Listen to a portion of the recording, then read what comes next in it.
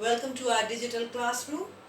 Today, English literature for class 12, poetry. And we begin with the Darkling Thrush, the first poem of your book, Reverie. Let's start. Uh, First, let me tell you the meaning of Darkling. Darkling is the child of darkness, and thrush is a bird. And Darkling Thrush is a poem written by Thomas Hardy. Okay. Now, Thomas Hardy was born in the year 1840. He expired in 1928. A Victorian novelist and poet, Thomas Hardy found aesthetic appeal in pessimism. Let's go to learn something about the poet. One of the most prolific authors of the Victorian era, Hardy reflects the social and moral concerns of his age. His lyric poetry is widely read. It explores a fatalistic outlook against the dark and rugged landscape of his native Dorset. Now, Hardy's work reads as a bitter lament on the bleakness of human condition and is therefore pessimistic. Hardy influenced a host of poets. Like Robert Frost, W.H. Auden, Dylan Thomas, and Philip Larkin. Let me give you a brief summary of the poem. The Darkling Thrush is a nature poem with the theme of hope. Written in December 1900, the poem reflects on the end of the 19th century and the beginning of the 20th century. The desolation of the scene serves as an extended metaphor for the decay of Western civilization. However, a thrush sings a hopeful song which makes the poet wonder if there is something optimistic about the world of which the bird knows and he is ignorant. Let's go on to the poem. This is the first stanza. Let me read it out to you from your book. Fine. I leant upon a coppice gate when frost was spectre grey, and winter's dregs made desolate the weakening eye of day. The tangled bean stems scored the sky like strings of broken lyres, and all mankind that haunted nigh had sought their household fires. All right. So the poet is leaning. Yes, leaning upon a coppice gate. What is a coppice? A coppice is an area of woodland, and a gate is a gate that opens to the coppice. So what is the poet doing? The poet is leaning like this. And remember, the gate is a symbol of entrance of a new century and the going away of the previous century, that is the 19th century. Fine. When frost was spectre grey, which color do you see there? You see grey. And grey is a color of indifference. And spectre is ghost. So, and you know, ghosts exist there, though they don't exist. In other words, ghosts are like indifferent creatures that exist there.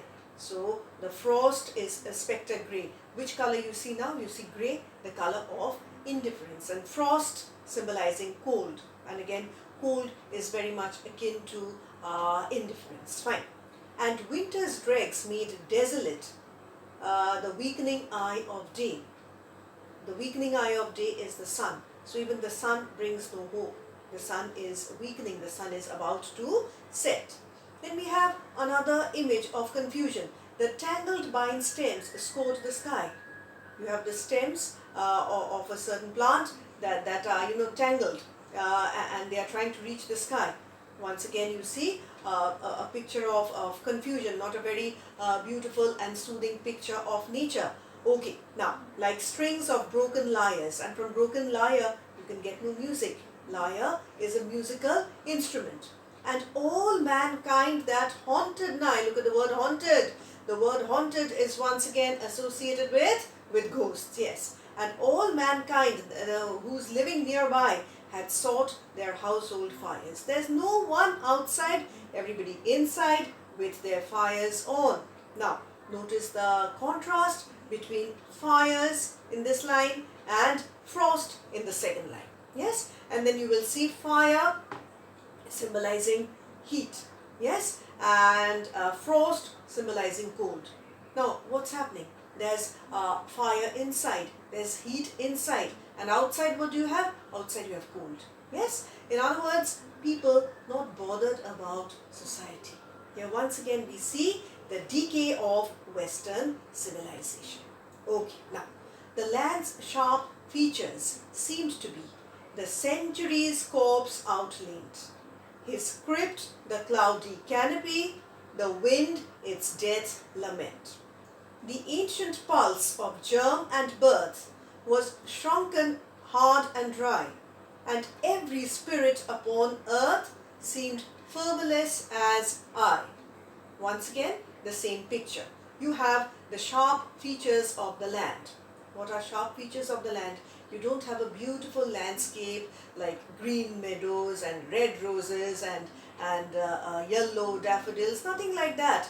It's a rugged nature. Yes, it's a rugged landscape which is stretched out looking like a corpse. And what's a corpse? Corpse is a dead body. Whose corpse? Century's corpse. Which century? It is the 19th century that is dying. Okay, now, so what does the landscape look like? It looks like a dead body that has been stretched out. Okay, now, his crypt is tomb, T-O-M-B. The cloudy canopy, the cloudy sky. Yes, a canopy is like, an umbrella-like structure. And when you look up the sky, you get this dome-like structure. Fine. The wind, its death lament. The wind sounds like a dirge. A dirge is a song that is sung at one's funeral. Fine.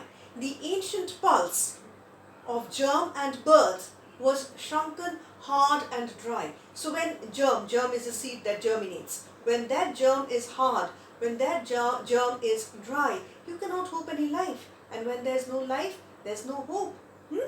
And every spirit upon earth seemed fervorless, indifferent as myself, as I. So once again, what picture do we get here? We get the picture of indifference everywhere. Fine? Yes? Okay, now let's go to the third stanza.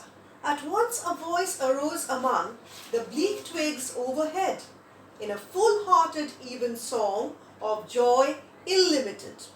An aged thrush, frail, gaunt and small, in blast-beruffled plume, had chosen thus to fling his soul upon the growing gloom. Okay, so what's happening here? Here we have a voice that is suddenly heard. Now let's see if this voice brings any change in the scenario or not. Where is the voice heard? In the bleak twigs overhead.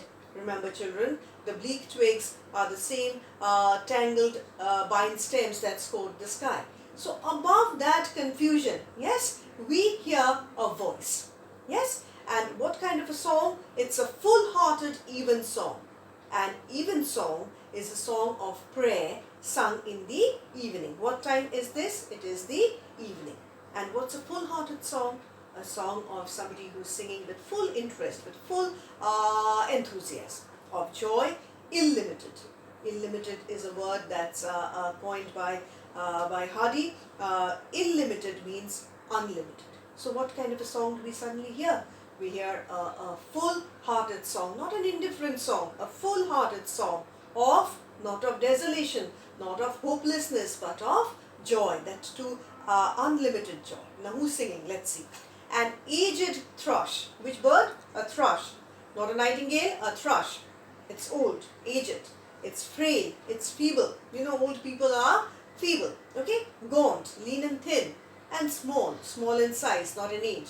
In blast-beruffled plume, in feathers that are disturbed by a storm. A blast is a storm. So you can understand that this thrush maybe symbolizes the entire century that has passed. Therefore, it is old, and therefore, it has seen a lot of ups and downs. Therefore, the feathers are beruffled, had chosen thus to fling his soul, has chosen to sing his song upon this growing gloom. Look at the alliteration, growing gloom upon this darkness. So you can you can expect that there is some change. Yes, some hope we expect to get at this stage. Okay, now so let's come to the fourth stanza. So little cause for carolings of such ecstatic sound was written on terrestrial things afar or nigh around, that I could think there trembled through his happy good night air some blessed hope whereof he knew, and I was unaware. Okay, so what happens here? Note the alliteration, children. So little cause for carolings. Caroling is a singing, and carol, are songs sung during Christmas time. So a carol is a song that brings hope. Yes. So the poet says that I did not know any reason for somebody singing such a lovely, joyful, ecstatic song, such a lovely carol, such a hopeful carol. And I did not know that any hopeful song could have been written on terrestrial things. What is terrestrial? Earthly things. In other words, the poet says that I did not know that any hopeful thing can be written on any earthly things. Remember, the poet has totally lost hope, has totally lost his faith on Western civilization. So now when he hears this thrush singing such a hopeful song, he feels, why is this thrush singing such a hopeful song? On which earthly matter is he singing? Yes?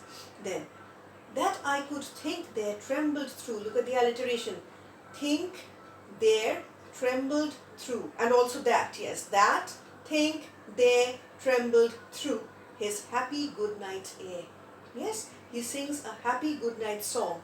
Here, air means song. I cannot think why he is singing such a happy song. Some blessed hope whereof he knew. Who's this he? The thrush. The thrush must be knowing of some blessed hope, yes, which I don't know about. So that is the poem. The poem, you can see that ends in optimism, you might say, because there is the song of the thrush, but at the same time you might say, since that optimism is not felt by the poet, you can say that the poem ends in pessimism. Certain things are quite subjective in literature. Alright, now may I suggest to you now some useful links